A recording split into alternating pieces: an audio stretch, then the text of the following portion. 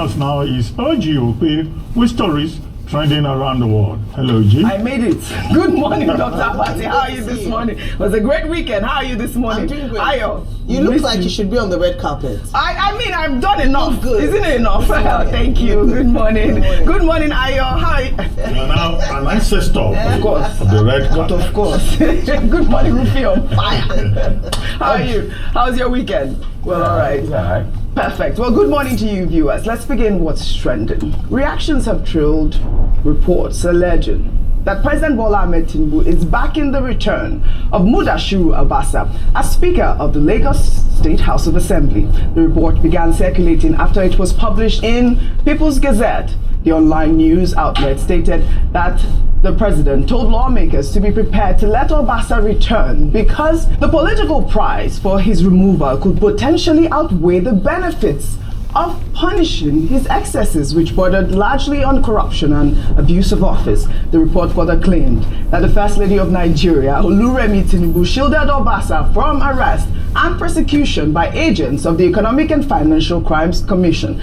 The report has, however, been debunked by a lawmaker at the Lagos House of Assembly who described those behind the story as politically daft. Rufai, this story was trending everywhere. I want to just take a quick reply to this. Professor Monica wrote, if this is true, it is violating the principle of separation of powers by this undue interference in LGHA internal affairs, who duly impeached its speaker for financial racketeering, abuse of powers, and the disregard for the order of constitutional authority. I mean, I got this report from, people from the Lagos state government saying that it is not true. Rufi, on fire. What do you expect them to say before? Would they tell you the truth? Okay. See, let's not deliver. I've also heard from very valuable sources the attempts to bring back Obasa. Let's stop deceiving ourselves. And the truth is that plan taken from people about, because as we speak now, the GAC is divided. Some people are saying, why did they remove Obasa? Some people are saying they should bring him back. And I don't know the other detail as regards who is shooting Obasa, but it's also true because as of today, they said he did something improperly, he siphoned money and everything. EFCC has not picked him up to today. So there are powers that be that are also shielding him. Let's stop deceiving ourselves in this country. Furthermore, this week, still on this same matter, we heard about the DSS intervening and some lawmakers were called. It was when those lawmakers left the DSS detention and we started seeing the fires. So they cannot completely say it's not true. What they will say is that there's been a defiance to that school of thought that, it should be reinstated. It's not that it's completely true. So they will debunk it.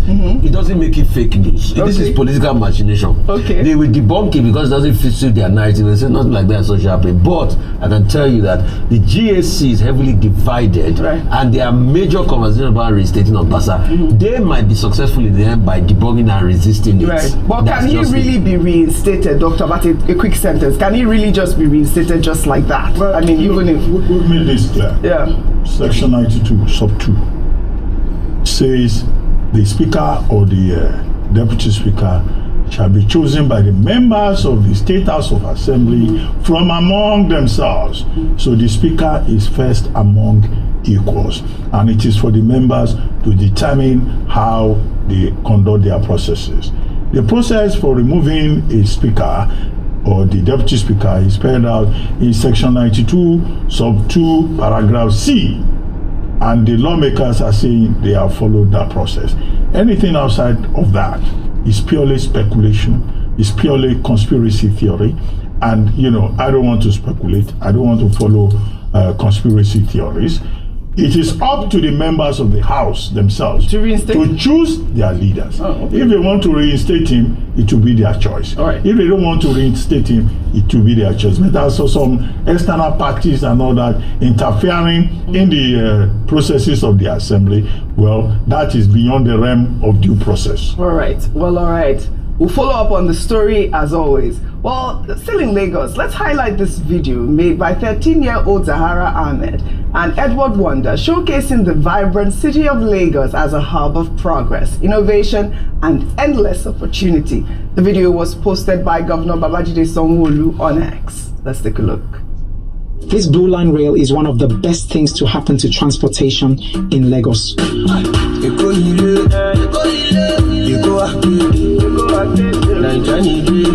Unlike cars and buses that run on petrol and diesel, the Blue Line is fully powered by electricity.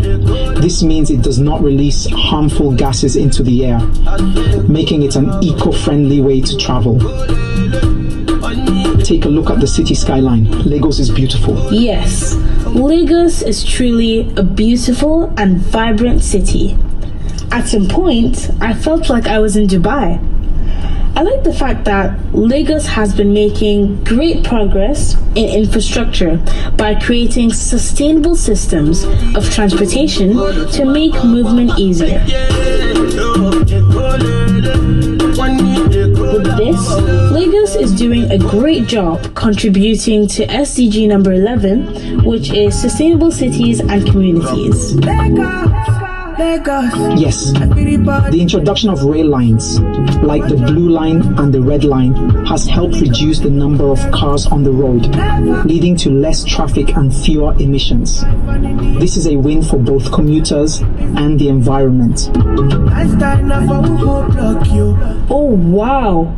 Eko ni baje o. Eko ni baje, you know I love your state. That's why we are living here. So Lagos is like Dubai. Oh, I don't understand why Rufai was shocking. What do you have in Abeokuta or in Ogun State? Let's not start the state. Look at Dr. Let's not start the state.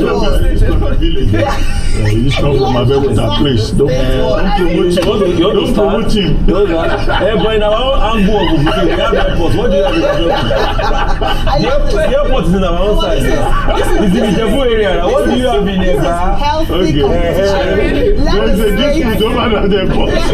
It's been built already now. But do you have rail line? Let the state. We have airport. We have Kagwe airport. In the Jebu area. Let the states begin to talk about it, because maybe we'll begin to ginger our governors and leaders to do more in the state. It's really brilliant to see, and I love the angle of the fact that it's a young girl. Zara lives in Dubai, hence the comparison with Dubai. So she lives in Dubai. She's a very smart, sustainability and green advocate. So she's coming here for a visit, and she's decided to use the blue rail line. And this is a testament to Governor Sanwo-Olu's work. This is one of his legacies, and they call him Mr. Infrastructure. No, kudos to Mr. Infrastructure, and of course kudos to the 13-year-old. Really, I love the video. Well done. Well, the Inspector General of Police, Egbetokun, over the weekend announced the enforcement of a mandatory third-party motor vehicle insurance in Lagos, Akwa Ibom, and Edo states, starting February 1st, 2025, eliciting reactions.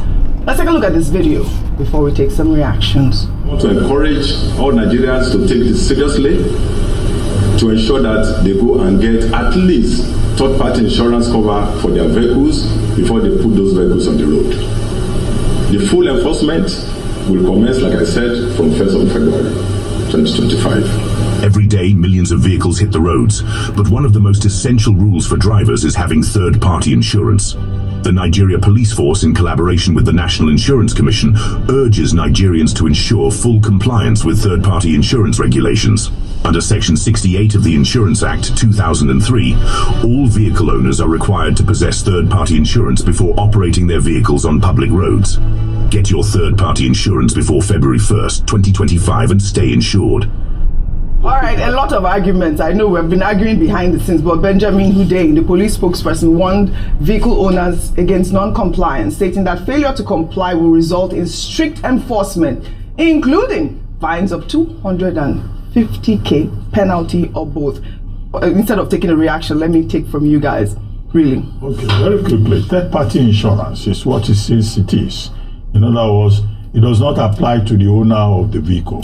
It applies to the third party in the case of maybe accident or some kind of infraction. And it's the very minimum that is required under the Insurance Act of 1945 as amended in 2003. And it's minimum because it's just about 15,000 naira. And the highest premium that is on it is 3 million naira. So from 15,000 to 3 million. But what the police is saying is that they are enforcing compliance to ensure that when accidents occur, the third party is taken care of, and that also people just follow the law, because you can only have third party or you have comprehensive. However, there are many issues here. Many people are going about with fake certificates from quack insurance units. Two, Nigerians are very skeptical about insurance. So most people don't do comprehensive. They are very spiritual people. They believe that God will protect them. And in any case, third-party infractions. When you hit somebody's car or something, the amount for repair, people will just talk among themselves. They would settle and you go your way. They don't want to go through the bureaucracy and the fine print of insurance companies. However, the police, in the statement by Olumiwa Adejobi, the first PRO, said that, look, people should not misinform or mislead the public, that this is not about the police trying to make money. But the fear is that the police may turn this into an extortionist racket and begin to harass people. In fact, people think that this may be a chop-chop opportunity for the police. The question that has also been raised is that, why is it the police? Because police were saying, to prevent accidents, to make people more disciplined. Why is it not the road safety, FRSC, that is enforcing this? And then finally, the police is saying they will be very firm in enforcing discipline against any police officer that uses this to harass the public. Well, I like that. I hope they will further inform the public of what the penalties are, what the fines will be, so that there will be no abuse. Because for you to punish somebody, you must tell him what the punishment for that penalties for the police, right? Yes, I know, even for the people. The people so that all of us are on the same page. 250K. So, but my issue now is that the announcement was put out on the 31st and saying that, the enforcement starts the day after. That was one of the outrage really that went on online. A quick comment. I think there's something shady going on. Shady? Yeah, shady, whatever word. You see, the truth is, I do not think that there should be a hardline enforcement by the police, because they are going to use it as an extortionist tool. Let's not deceive ourselves. This is what we can do. I think the insurance companies should have a coalition where we can have an app there. Once you put in your, your plate number, it shows you if you have a valid insurance package. Right. Because at some point, you might not even put it in your car and leave the house with it. As long as you didn't print that paper out, the police will harass you. So that we have a central database that people can just go and put your plate number and check, and you say, okay, you have a valid insurance. And if you don't have a valid insurance, fix it once and for all. It's not be the one police will be saying they are looking for you to stop you, to extort you and collect money, because the 250,000 now they are saying now, most of that money will not go to police. It's going to go to different proxy POS. What's it called? Okay, we put the news out there now. Well, now let's take a look at this video showing the moment President Bola Ahmed Tinubu exchanged pleasantries with former Vice President Yemi Osinbajo at the just concluded Leadership Summit in Tanzania.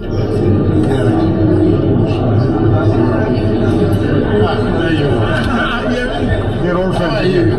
We all pals. This is the Nigerian mafia.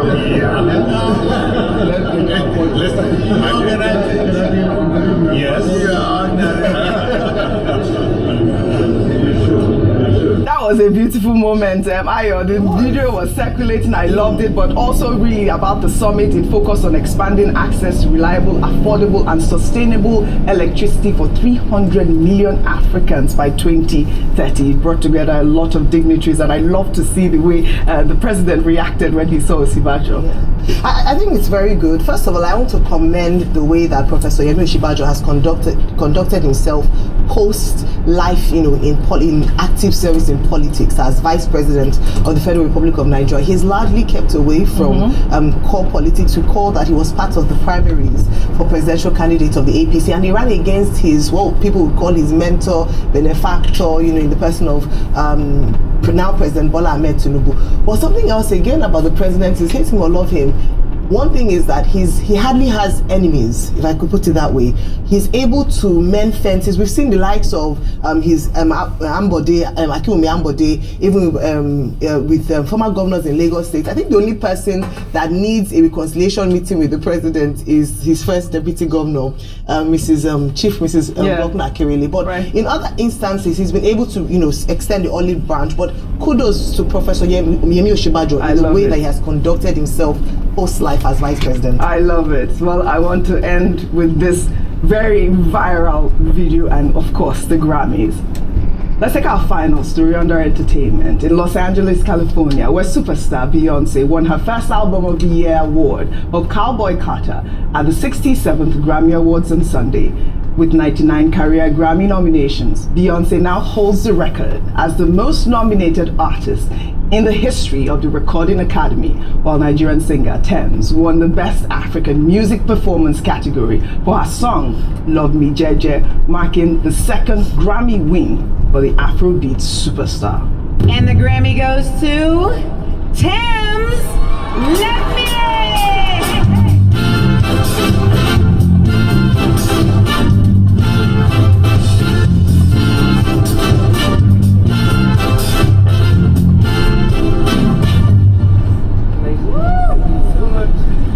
Whoa, my heart is beating so fast. I'm so sorry. I do work out, but it's not coming. It's not showing up right now. Wow, dear God, thank you so much for putting me on this stage and bringing me this team. And tomorrow is my mom's birthday, and this is her first Grammys. And I just want to thank you, Mom, because she's really done a lot for me and my brother. And oh my goodness, happy birthday, Mom. And I want to thank my team, Muiwa Wale, my beautiful stylist, Dunsin Wright, my lovely girls, Yvonne and Rochelle and Kayla and Ashanti and Sarah. I love you guys. Thank you so much. To God be the glory, because honestly, He's changed my life so much. Thank you so much. Thank you, God. Hey, our African queen. I love that she praised God. I loved it. Her mother and everyone. Congratulations to all the Africans that were on the red carpet at the Grammys. Congratulations to Temilade Okweni. Really, I'd love to thank you all for your great analysis, as always, on what's trending. Well, that's all I have for you guys on what's trending today. I'll see you all tomorrow.